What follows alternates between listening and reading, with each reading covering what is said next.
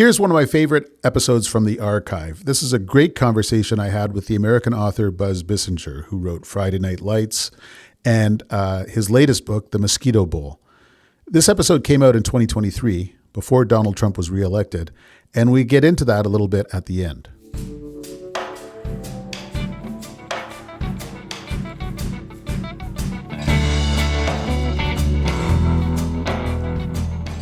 The tales of our times are so big, they need outsized talents to tell them.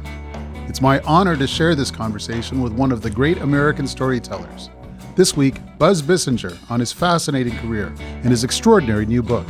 In many ways, this is an anti-war book because I was determined, for better or worse, to show the absolute relentless horror of what these men went through. I'm Paul Wells. Welcome to The Paul Wells Show.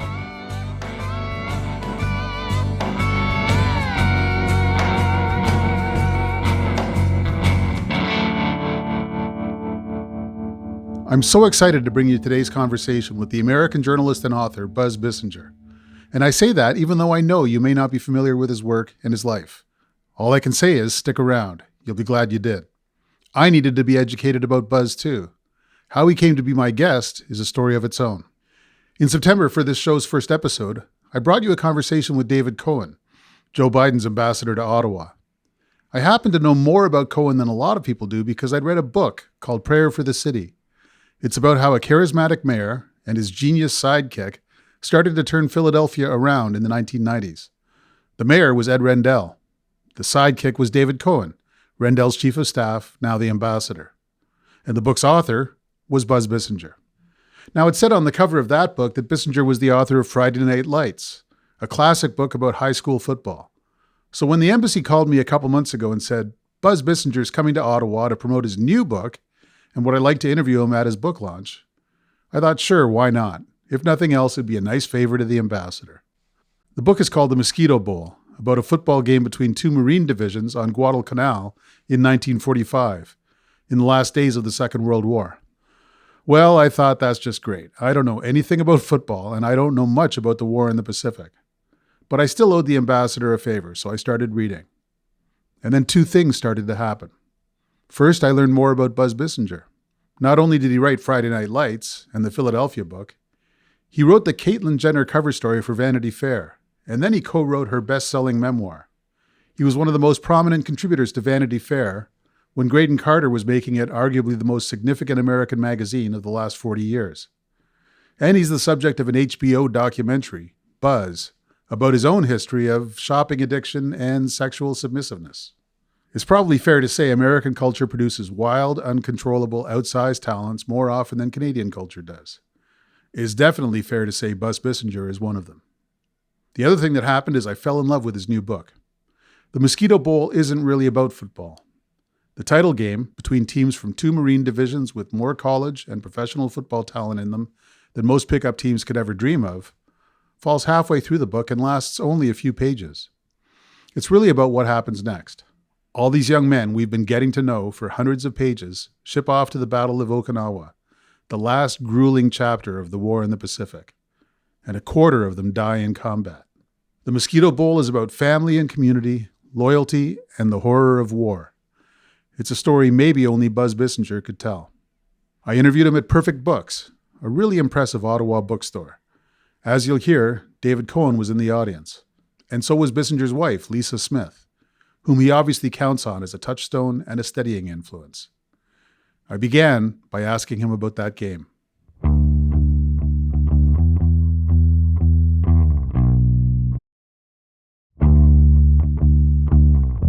They built a regulation field. They built goalposts. They had marching bands at halftime. It was wonderful and improbable. Marines who were stationed there came from all over the island. There were 1,500 who came. You were allowed to get drunk. You were allowed to gamble. There was a lot of gambling on the game, particularly by the officers, and everyone had a ball, and that was the point. They had been training for months. Morale was flagging, so they thought this football game would really, even if it was for 3 hours, would really improve morale, give the guys something to look forward to, give them something to talk about, and it worked. And it was a way of bringing a little slice of home overseas 6,000 miles to the Pacific. And it was really, I think, after that game, whether you could call them kids, but they were now men.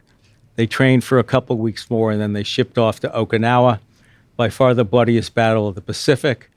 And the upshot was, of the 65 who played in that game, 15 were later killed at Okinawa. The difficulty of doing the book was, of the 65 who had played in that game, 64 were no longer with us. They had died. There was one who was alive, a great guy named Dave Mears, and I said, I'll take a shot. Dave, do you remember anything about the game? And he looked at me. That was 75 years ago. I don't remember what I did yesterday. I mean, so you got to be kidding me. So could I do it? How could I get into the interior lives of these guys if pretty much everyone is dead? But bit by bit, I discovered that several of families of the pivotal players that I was intrigued by had left a great paper trail with their families, or their families that kept everything.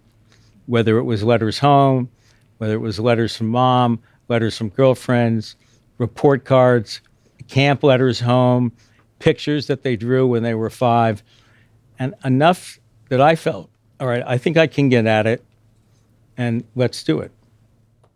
Before we get into the detail of the story itself, what did you think about the war before you began this project? And what did this project teach you about the war? I'm anti-war, obviously, and I think in many ways this is an anti-war book because I was determined, for better or worse, to show the absolute relentless horror of what these men went through. Because people have to know. And, you know, people say of Saving Private Ryan, oh, that beginning was incredible, and it was D-Day, and that was amazing, and that was great. Well, it wasn't so great for the people who were there. You know, they're in the middle of it, and they're getting killed, and they're terrified. My view of war after the book became darker, more pessimistic. It's hard for me to watch anything that has combat in it, because first of all, I think it's sanitized, but it reminds me of what these guys went through 10 times over. What I can do about it, I don't know. But it did change my aspect of war, and it also changed. I didn't know anyone in the military. I really did not know anybody. And in meeting these guys, these veterans, and reading about these guys, who were magnificent men, who were cut down 23, 24, with so much of their lives ahead of them, I gained great respect for the military. These guys fought with such bravery, such sense of sacrifice, such duty, such willingness to serve, such willingness to live, and such willingness to die, which is something I don't know if we'll ever see in this country again. The Pacific campaign was astonishingly brutal. It was essentially a bunch of islands, way stations leading up to the Japanese home islands. Correct. And the Japanese were going to defend those to the last man every time on each island. And the Americans had to throw everything they had at each island. And that's what leads to this, what turned out to be the final confrontation on Okinawa. And it's a grinder. You talk about a 250,000 people, Americans, Japanese, and civilians, right, bystanders, dying in 80 days. Did you have any sense of the scale of this thing? No, I mean, I knew about Okinawa. My father was at Okinawa. He was a rifleman on the front lines. He was 19 years old. I knew he was at Okinawa. He never talked about it. He would a little bit. He'd joke about it. But if it ever got serious, he would not talk about it. And I didn't think it was my right to ask him. I felt that's your private zone, and I need to respect that. But as I was doing research for the book or thinking about doing it, I'm looking up all these military records of all these guys. And I said, well, I might as well look up my father. I might as well see what he did or what battalion and regiment he was assigned to. And I get the muster rolls, which are easy to get. And we have the same name. I'm the third, he's the second. So there's my name, his name. He's attached to the 4th Regiment, which is one of the regiments that played in the football game, to the 2nd Battalion.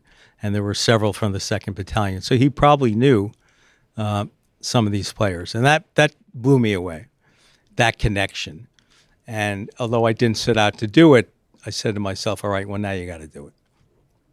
like a lot of veterans, he would not talk about No. what he'd experienced. No. When David Cohen told me about this book a few months ago, I thought it was a football book. There's a football game in the title. You recount the kind of illustrious exploits of all of these kids as high school football stars, and then some of them going on to college and professional ball. And then the game itself is a bit of a black hole. People talked about the sort of festivities of the day, but the play-by-play is sort of not present. Well, I realize in hindsight, I just should have made it up. Everyone was dead. I mean, what the hell were they going to do, right? Seriously, I was thinking about it. What the hell were they going to do? Were they going to complain or write a letter to the editor? They couldn't do anything because there was, and I was surprised because the title Mosquito Bowl refers to the whole spectacle of the game, from who played in it, to the spectacle of it, to the planning of it, and then to the denouement, to the aftermath. But some people were very upset. He said, I kept turning the page wanting to hear about the game and hear about the game, and I couldn't hear anything about the game, and then I read about the game, and there was nothing about the game, and fuck you. That's what I would write. I just got an email addressed to Buzz Loser Bissinger. Really a nasty email, actually. But I didn't write him back because my wife won't let me do that anymore. That's what you stumble on when people are dead. There was no living record. Now, I was able to get, there was a reporter who had done some writing in the Mosquito Bowl, and I was able to get his notes, which really weren't that revealing. But I was stuck, and obviously I wasn't going to make it up, and you got to play the card that you were dealt. If there is a hole in the book, I think that's the hole. So in the paperback, there'll be several chapters on the game. This conversation never happened. But that was a hole. And there were other holes. I mean, there were moments where I wish I could have talked to someone about some of these players and gained some more information. A couple times early in the book, very much in passing, you say things like, and then they went out to the sock hop and they had a great time and they talked about the victory of the party, and they didn't even have smartphones, or they weren't even tweeting. Do you think of this book to some extent as a critique of the way we're living our lives now? A little bit. I actually think, in hindsight, it was kind of snarky. I don't think it was necessary. I think it was kind of stupid to put that in. You know, you're writing a book about history. Well, of course it wasn't fucking tweeting. I mean, who even knew what tweeting was, for God's sakes? And I thought that was unnecessary. And I did cut some of it out. But sometimes you just can't resist taking that type of shot. I did want to portray that this was a different time in life, much more innocent. There were no distractions that exist today. These guys read books. These guys read a lot of books because that's what you did. And I don't know who it was, but the publishing published millions of books for these guys, millions. And you were bored and you would be sitting around waiting for the next combat, and they read voraciously. How many athletes do you think have read a book in the past year? I'm the wrong guy to ask. Not many. Not many, much less how many have served in the military in the last year or the last 10 years. Not many. While we're on that, you used to be a bit of a terror on Twitter, to the extent that David Carr at the New York Times wrote a thing about Buzz Bissinger's tearing it up on Twitter. As far as I can tell, you left. Why? It was stupid. I wanted to prove something to myself. I mean, authors, every publisher says, you got to get on Twitter, you got to get on Twitter, and then you got to get on Facebook. And I would say to myself, that's fucking ridiculous. Who's going to, no one's going to follow me. I'm an author. They don't care. But I said there is a way to do it, and that is to be as nasty as possible. And I did it, and I got 30,000 followers. I was really nasty to everybody. Lisa wanted to divorce me. That was also my, there was a radio station called The Big Talker. I was a DJ on that, and it was conservative. That was a bad moment in my life as well. But I got fired after 6 months, so it all worked out. But I was a terror on Twitter, and then I just realized it was sophomoric, and it was not nice. But I did prove my point. The meaner you are, the more cruelty you show, the further you get. There's no question about that. I ask about this because I had a certain presence on Twitter until a few years ago, and my wife, Lisa, here present, finally talked me out of it. And, really? Yeah. So interesting. We have that much in common, yeah. Interesting. That is interesting. Yeah. And why'd you stop? Just because it was getting out of hand? Or? The kids would say I quit for self-care. it was not making me happy. So to hell Really? with That's it. interesting. Yeah. For those who don't know, and I didn't know until a few weeks ago, let me recite some elements of Buzz Bissinger's CV. He shared a Pulitzer Prize at the Philadelphia Inquirer Right. early Right. in your career for a story about a plane that fell from the sky and didn't quite hit the earth. That was actually written before I got to the Inquirer. Oh, okay. That was a finalist for the Pulitzer at the age of 26, which was remarkable only in the sense I was that young. And then I won the Pulitzer with two other reporters for a series on the Philadelphia court system Okay. and received that in 1987. That was a 2.5-year project. The Philadelphia Inquirer at that point in time was the most unique paper in the country where spending that amount of time on a story was not unheard of. And the editor would basically say, I don't care. He had a big Southern drawl. He says, I don't care if it takes a year, 2 years, 3 years. You're going to do this until you get it right. And we did that. We had to start from scratch. We had no deep throats. It was arduous, but in the end, it worked out. You win a Pulitzer at that age, you probably worry, what the hell am I going to do for an encore? What you did was write Friday Night Lights. Yeah, that was a big mistake, actually. How come?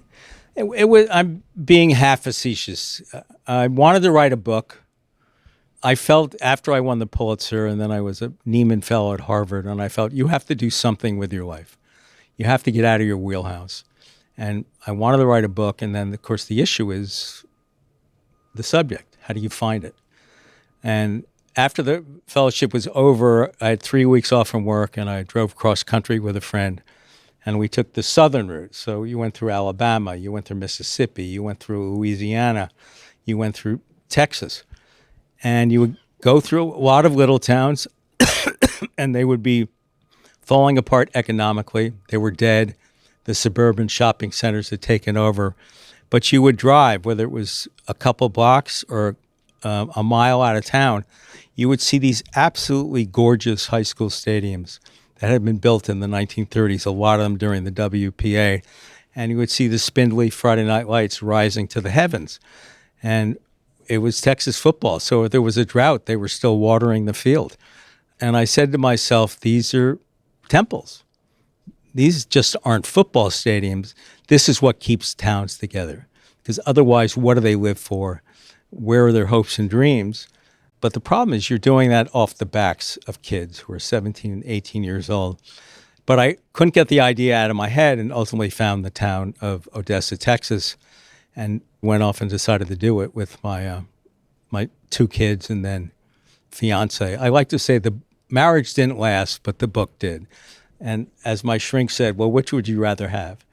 And I said, I guess I have the book. So I want to bring one other person from your cast of characters in, which is one of the central characters of your book, Prayer for the City, which is a book about how Ed Rendell, then the mayor of Philadelphia, started to turn Philadelphia around in the 90s. And there's a figure in that book named David Cohen, who is now Joe Biden's ambassador to Ottawa. So what did you make of him at the time, and what should we know about him now? I met David in 1987. I've never met anyone who has a stronger work ethic. It was remarkable to me, as it was remarkable to anyone in the city, how hard he worked, how relentlessly hard he worked, and he got everything right. I mean, that was the most infuriating thing, is that he was right almost all the time. And he got along well with people. He got along great with the mayor, and they really sort of divided it. David became in charge of the day-to-day running of the government because the mayor hated that. He had no interest in doing that. And Ed was about the bread and circuses. And he was very open about trying to inject canisters of oxygen into the city where people in Philadelphia would begin to believe in themselves and believe in the city again after it had become truly ravaged. David and I spent a lot of time together because that was a 4-year push. I spent a lot of time in his office. That's where I had my office, so that was pretty small, actually. But I would sit at this conference table, and then for fun, I would move to the couch, and then I would move to the conference table. That was my exercise for the day. But finally, I said, this is ridiculous. So I brought some pictures of my kids, and he had a little wall unit, and I put them in there.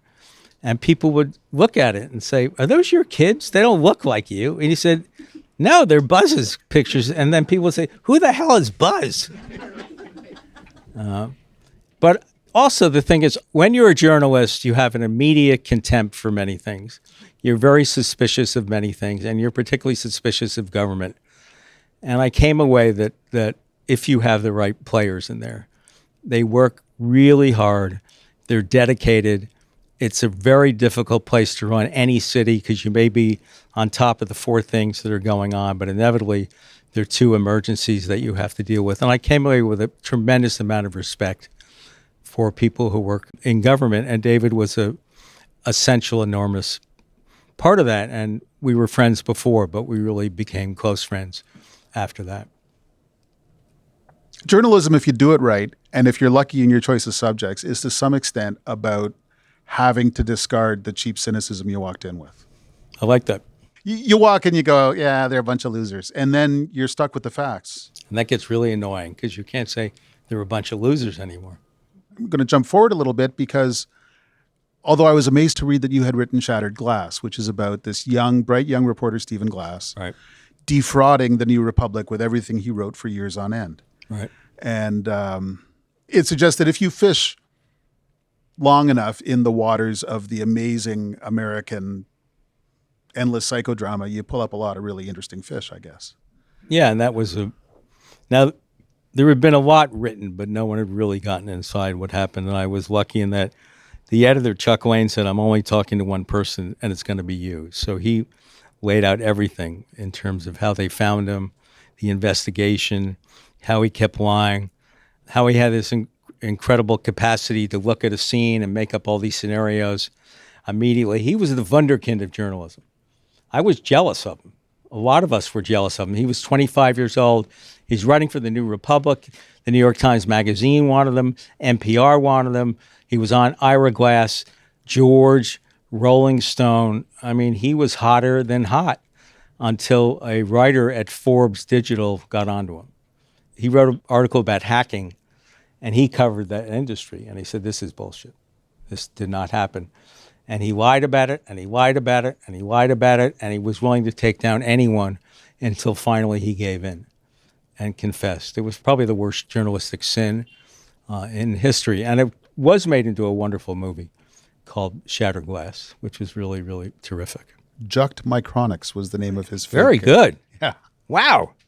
Anyway, it's good to have a good relationship with a strong magazine because eventually you end up being the person who writes about Bruce Jenner discovering that she's Caitlyn Jenner.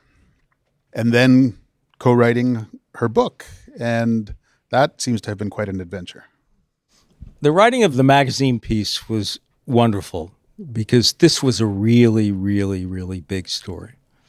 There have been rumors for years, basically, that she was veering in a direction towards at least cross-dressing or was a transgender woman because, understandably, she had to go out. She had to go out and express herself and be herself. So there would be sightings. Once in an airport parking lot, a car goes by and they're like, "Jesus, that's fucking Bruce Jenner," and she's wearing a dress, or she would go to downtown Malibu.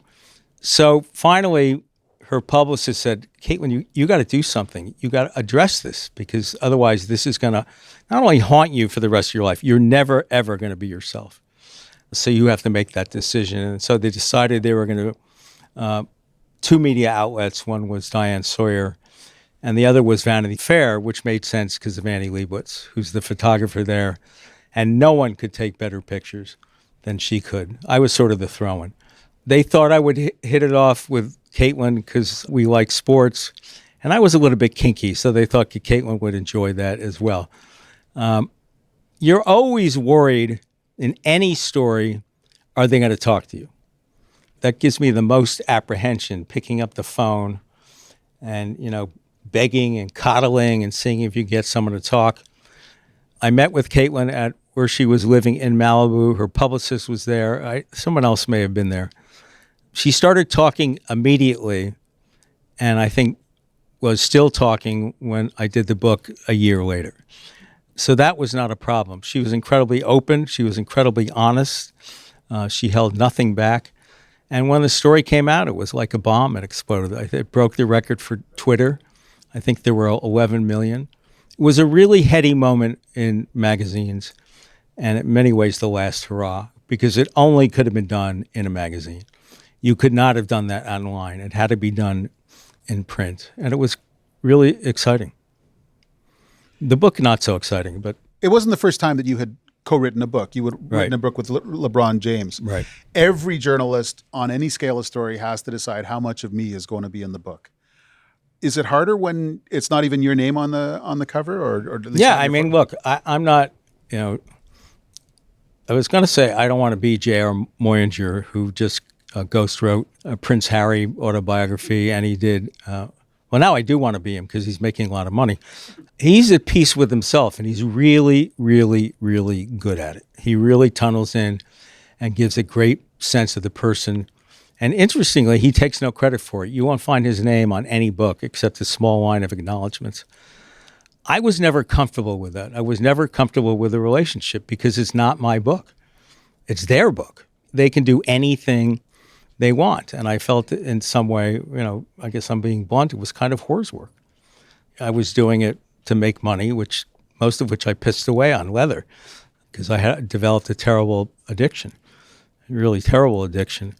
So it wasn't until I started doing the Mosquito Belt that I feel I came back to my real self and came back to the wheelhouse of what I had been really good at, which started with Friday Nights, and it continued in other books. I felt I had gotten pretty far afield. I'd done television work. I'd worked for NYPD Blue. I had been on talk radio. I was foundering, and this book got me back to my roots, so to speak. This anticipates a question, which is how should I consider Secrets of My Life and Mosquito Bowl as a set? To some extent, they're about all-American heroes and then what happens next, or is that too contrived? It's a little contrived because when Caitlin registered for the draft, they knew who she was, and they said, all right, flat feet, you're rejected. So I don't think she was particularly interested in serving in the military.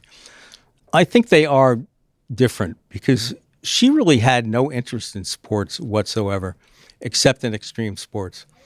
She was a gifted athlete in high school, then became a gifted decathlete, obviously, in college. But she liked extreme sports. She was an acrobatic pilot, and she loved to take people up in the plane and see how long it took them before they vomited.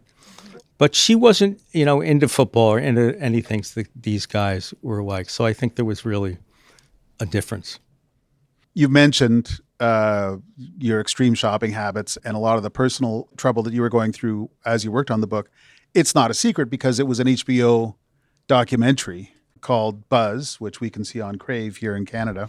Not my shining moment. I'll tell you, it was riveting TV. Well, it was riveting TV for the sense that my mouth is too big and I often say things without censoring. It was too personal.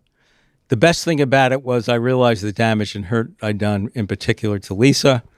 And so in that way, it saved our marriage. I felt embarrassed. I felt shame for what I'd put you through. I'm amazed you're still here. But, there's a limit. It was just too personal.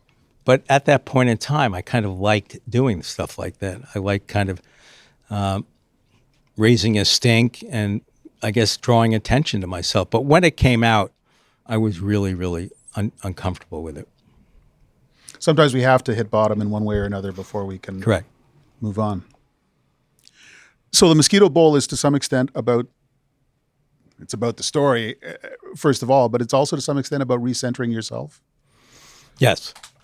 I don't want to exaggerate that. It sounds like I'm on Oprah now, but yes, it did recenter myself. I got back to what I liked. This was mine.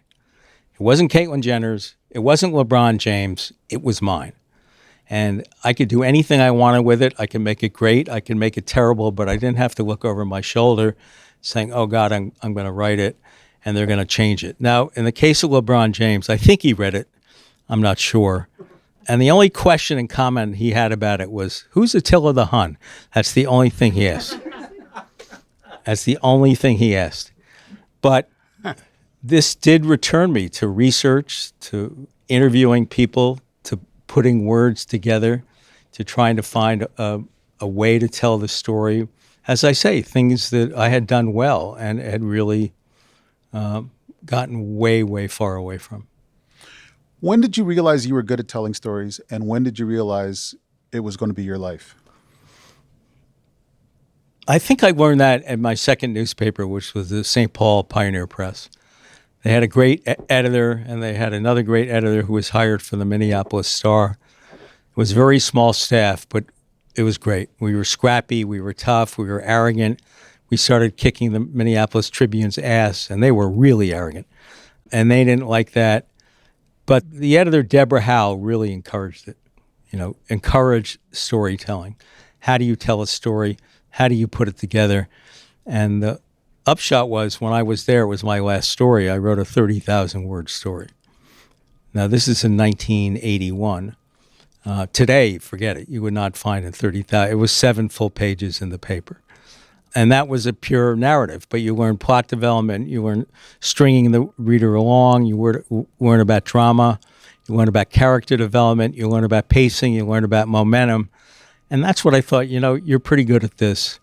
Now, at that point, I couldn't imagine writing a book. You would read a great book, like Anthony Lucas read Common Ground, which was an amazing book. But I said I could never do that. But bit by bit, I gained more confidence. And I think, as I said, after the fellowship at Harvard, I just felt, and the Pulitzer, I felt you got to take the shot. Because I was an editor, which I really didn't like. But I was going to go one of two ways. I was going to stay an editor and see if I could rise up the food chain of the Inquirer or some other paper, or take the shot. And so I took the shot and told my editor I was leaving, and he thought I was crazy and thought it was a terrible idea. But I did it anyway, and I took my 2 kids. They were 5 years old. And actually, we had a blast. What's the Philadelphia Inquirer like now?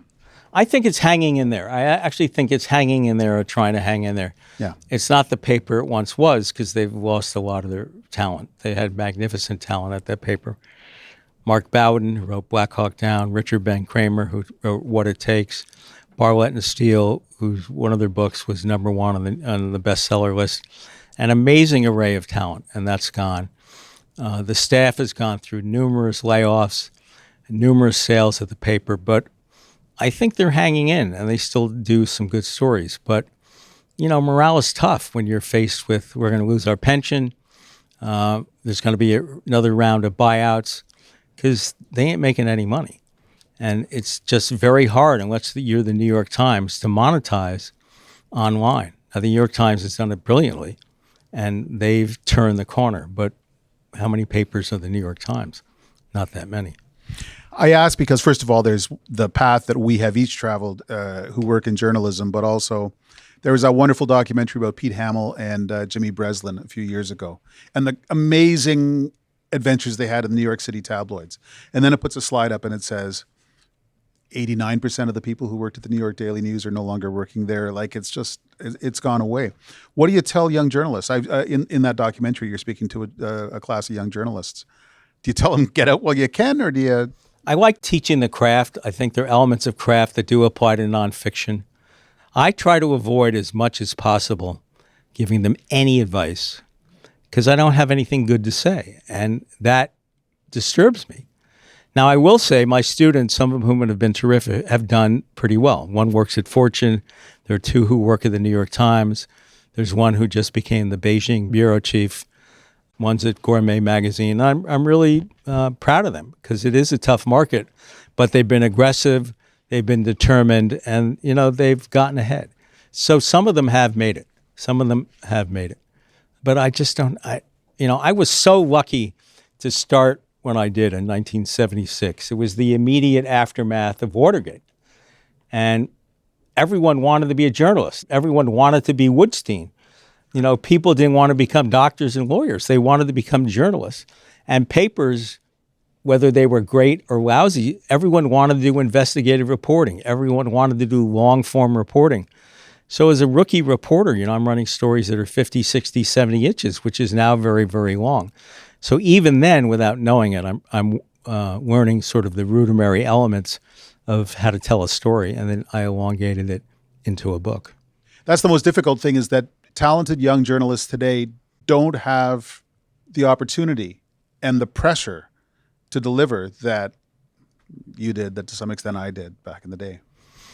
They certainly don't have the opportunity to learn anything resembling narrative. Today, 20 inches is long.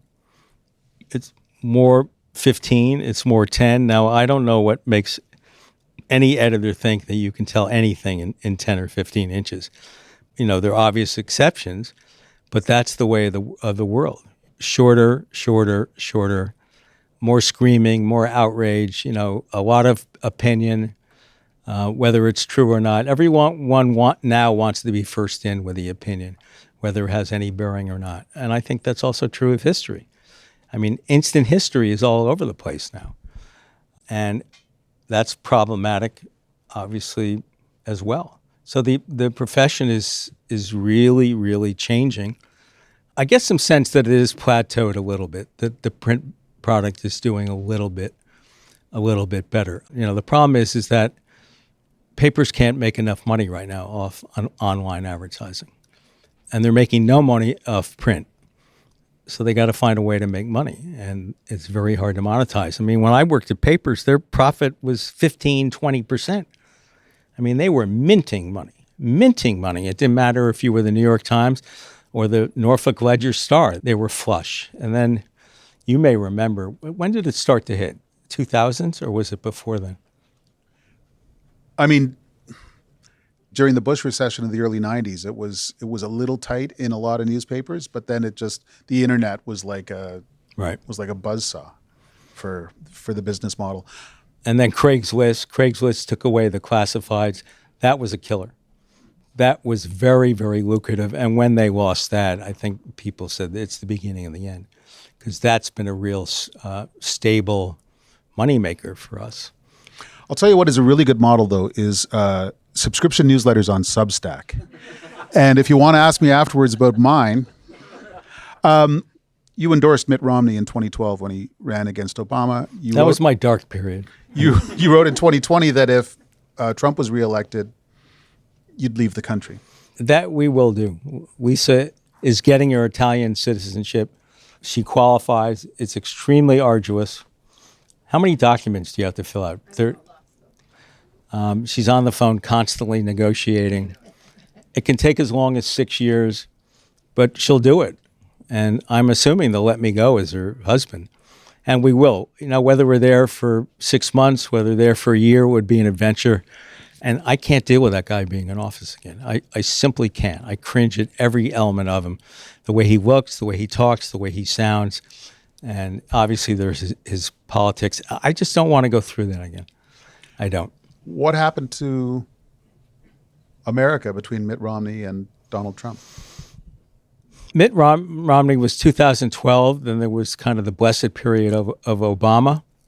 And, it was in many ways a magnificent time for the country. And in many ways, it divided the country. Because obviously there's racism, and a lot of people resented him and didn't like him and didn't like his politics. But the ability of this country to elect a black president was a wonderful, wonderful sign. But obviously, I think the resentment was such that in 2020, by some miracle, Donald Trump, got back into office. And in the Mosquito Bowl, I think one of the great things about the country then was the sense of unity. Women took over the workforce because the men were gone. Blacks served despite withering segregation and withering racism. They were not allowed to participate in combat. They had segregated facilities. If you had any white in your unit, whether he was a private and you were a captain, he took superiority over you. You could not command any white officers. But they served. They wanted to serve the country. And on the front lines, you had people from every economic stripe in every region of the country. So if you're rich or poor, whether you're from Brooklyn or Queens or North Carolina or Ohio, you had to learn to get along, because that's essential. And that's essential in war, because ultimately that's what's going to save you, is the love and the brotherhood. I think that's the most powerful element that makes men fight and fight effectively. And we've lost that. We've lost respect for other regions of the country, for other people who may be different. Now, it's happened once. Granted, it was wartime. But before Pearl Harbor, the country was also very, very divided. I mean, Roosevelt passed a draft bill, I think, by one vote. Nobody would have ever voted for war in Japan. Nobody, until Pearl Harbor. And then they finally reserved themselves. But I think Roosevelt was relieved. He had wanted to get in that war because he felt he had a moral obligation. And they say the happiest person in the room was Churchill, because he knew that finally America would enter the war, which is what he wanted. So we can be unified. We can put away differences, whether it has to be done in an atmosphere of crisis. That's a shame. But we are so ravaged. We are so divided. I mean, there are often times I don't really recognize the country. It's a magnificent country. It's a country of opportunity, but I don't recognize it. There's so much craziness. And, look at this guy Santos. How is he still kicking around? I mean, how is that possible? And he won't resign. I just don't get it. I just don't get it. And so there are times I find the country unrecognizable, and Trump was such a divisive force and loves that. He loves attention. He'll say anything. He's insulting. He's mean. He's cruel. I hate his tie because it goes really low. And I'm revolted by him. I really am. And so is Lisa. So you can all join us in Italy. We can all get a little, yeah, right. Get a villa. Well, I mean, it's a major factor in Canada-U.S. relations, is the sense among many Canadians, stronger than ever before, that we don't want any of that stuff to get on us. And, really? Yeah, it's a driver of a lot of our politics. Well, he came here once, is that right? Yeah. And it was insulting, wasn't he? Or yeah. Awful tweets? He came here long enough to have something to complain about as he left. Yes. He really is a despicable human being. Now, he's probably listening to this, and I'll be dead tomorrow. So this will be my posthumous interview. Buzz Bissinger, it's been a pleasure. Thank you so much. Thank you, Paul.